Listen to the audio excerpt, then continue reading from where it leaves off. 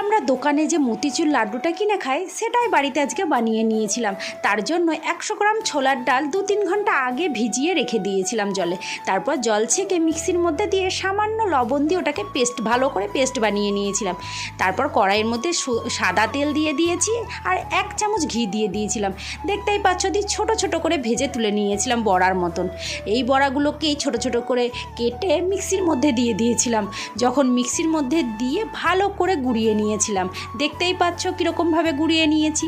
তারপর কড়াইয়ের মধ্যে এসে 1 চামচ ঘি দিয়ে এটাকে ভালো করে ভেজে নিতে হবে। তার আগে আমি চালমগজটা আগে ভেজে নিয়েছিলাম। তারপর এটাকে ভালো করে একটু ভেজে নিবে, তাহলে ঘিয়ের সেন্টটা খুব সুন্দর বেরোয়।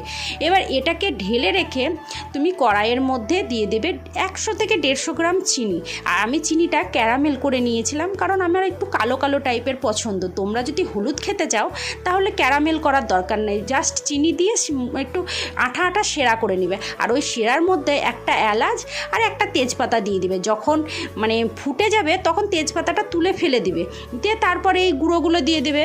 এবার ডালের এই গুঁড়োগুলো দিয়ে ভালো করে নাড়াচাড়া করবে। যখন আঠা আঠা ব্যাপারটা চলে আসবে তখন নামিয়ে নেবে। একটু ঠান্ডা হলে হাত দিয়ে গোল গোল করে পাকিয়ে নেবে। আর একবারে পাকিয়ে নিলেই রেডি। আর খেতে এটা দুর্দান্ত লাগে। তো তোমরাও বাড়িতে ট্রাই করো। আর কেমন লাগলো না লাগলো অবশ্যই আমাকে জানাতে ভুলো না।